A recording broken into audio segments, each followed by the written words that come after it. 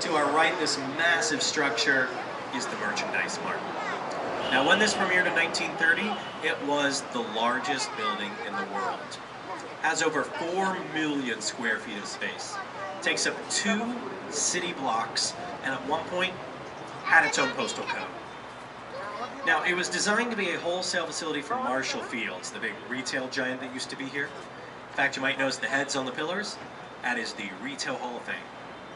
Or as some describe it, the Pez Dispenser Hall of Fame. So you got Fields, Ward, Woolworth, among others. And in this building, notice the long, uninterrupted lines running by the windows. Very common in this, the Art Deco style.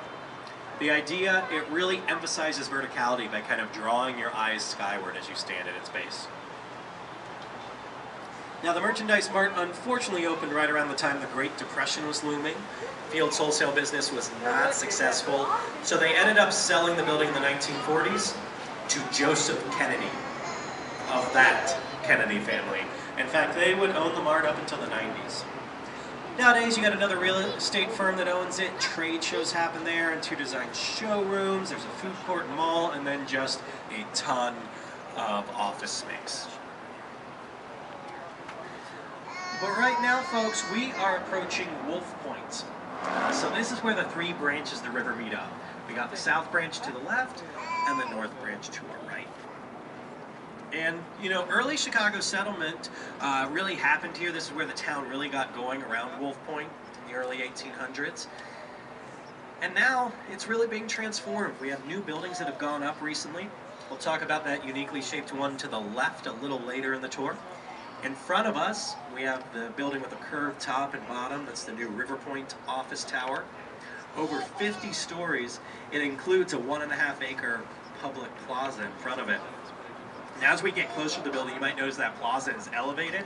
There's those white walls, and inside those walls you will find fans. There's actually train lines that run underneath the plaza, so they're venting the exhaust out. Also, the River Point Tower is the first new office building to be built downtown since the recession of 2008.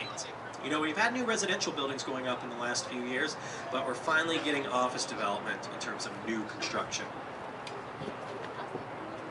In fact, one of those residential buildings that was recently built is just to our right. It's Blue Glass Tower, Wolf Point West. This is an apartment building that opened up last year. Eventually, it's going to be joined by 2 other towers right next door to it, Wolf Point East and South. Probably going to be residential. Some people said maybe a hotel as well. But as we make this turn, going up the North Branch for a bit, you'll see that raised railroad bridge. That is from 1908. Now, back then, we had all these different factories and warehouses in this area, so they needed a freight line running across the river. In fact, this freight line ran to Navy Pier. However, by 2000, most of those had shut down, so that's when the bridge was retired. Would eventually become a landmark.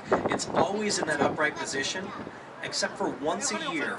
It is lowered so that Union Pacific can maintain their rights to it. They have to run something across it, and also they do inspections. Now here to our left, you'll see this building that has, well, half of a new paint job.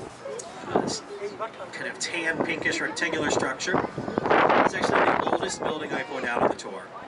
Original construction of this is in 1898. Started out as a warehouse. Eventually it became a cold storage warehouse. And then in the 1980s, they turned it into a residential building. Now that was not easy. First of all, they had to remove tons of horsehair insulation.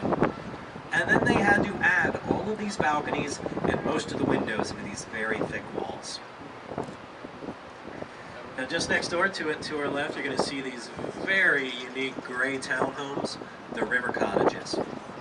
Now as we pass, make note of the porthole-shaped windows, the triangular sail-shaped roofs.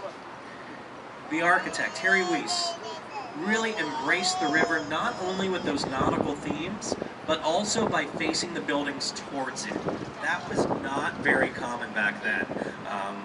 1980s construction, prior to that, people didn't necessarily want to live along the river, where nowadays, very common.